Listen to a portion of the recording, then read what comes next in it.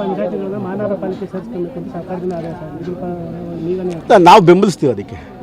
ಇದು doctor G Parameshwar ಅವರ ಒಂದು ಆಲೋಚನೆ, ಮುಂದಾಲೋಚನೆ. ಯಾಕಂದರೆ ಮುಂದೆ ಹಳ್ಳಿಗಳು ಡೆವಲಪ್ಮೆಂಟ್ ಆಗಬೇಕು ಅನ್ನೋಂಥದ್ದು. ಈಗ ಏನಾಗ್ತದೆ, ಯಾರೇ ಕೂಡ ಒಂದು ಸೈಟ್ ತಗೊಂಡು ನಿವೇಶನ ತೊಗೊಂಡು ಮನೆ ಕಟ್ಟಬೇಕು ಅಂತ ಅಂದರೆ ಎಲ್ಲ ಒಂದು ಕಡೆ ನನಗೆ ಗೊತ್ತಿರೋ ಪ್ರಕಾರ ಸಿಟಿನಲ್ಲಿ ಆಗ್ತಾಯಿಲ್ಲ.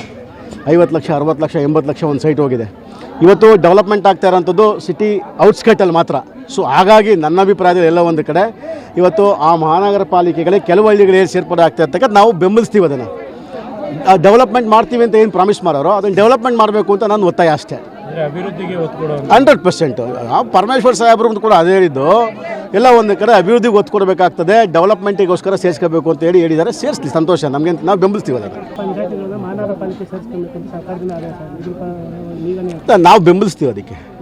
ಇದು ಡಾಕ್ಟರ್ ಜಿ ಪರಮೇಶ್ವರ್ ಅವರ ಒಂದು ಆಲೋಚನೆ, ಮುಂದಾಲೋಚನೆ. ಯಾಕಂದರೆ ಮುಂದೆ ಹಳ್ಳಿಗಳು ಡೆವಲಪ್ಮೆಂಟ್ ಆಗಬೇಕು ಅನ್ನೋಂಥದ್ದು. ಈಗ ಏನಾಗ್ತದೆ, ಯಾರೇ ಕೂಡ ಒಂದು ಸೈಟ್ ತಗೊಂಡು ನಿವೇಶನ ತೊಗೊಂಡು ಮನೆ ಕಟ್ಟಬೇಕು ಅಂತ ಅಂದರೆ ಎಲ್ಲ ಒಂದು ಕಡೆ ನನಗೆ ಗೊತ್ತಿರೋ ಪ್ರಕಾರ ಸಿಟಿನಲ್ಲಿ ಆಗ್ತಾಯಿಲ್ಲ.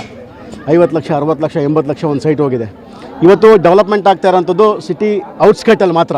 ಸೊ ಹಾಗಾಗಿ ನನ್ನ ಅಭಿಪ್ರಾಯದಲ್ಲಿ ಎಲ್ಲ ಒಂದು ಕಡೆ ಇವತ್ತು ಆ ಮಹಾನಗರ ಪಾಲಿಕೆಗಳಿಗೆ ಕೆಲವು ಹಳ್ಳಿಗಳಿಗೆ ಸೇರ್ಪಡೆ ಆಗ್ತಾ ಇರ್ತಕ್ಕಂಥ ನಾವು ಬೆಂಬಲಿಸ್ತೀವಿ. ಅದನ್ನು ಡೆವಲಪ್ಮೆಂಟ್ ಮಾಡ್ತೀವಿ ಅಂತ ಏನು ಪ್ರಾಮಿಸ್ ಮಾಡೋರು ಅದನ್ನು ಡೆವಲಪ್ಮೆಂಟ್ ಮಾಡಬೇಕು ಅಂತ ನಾನು ಒತ್ತಾಯ ಅಷ್ಟೇ.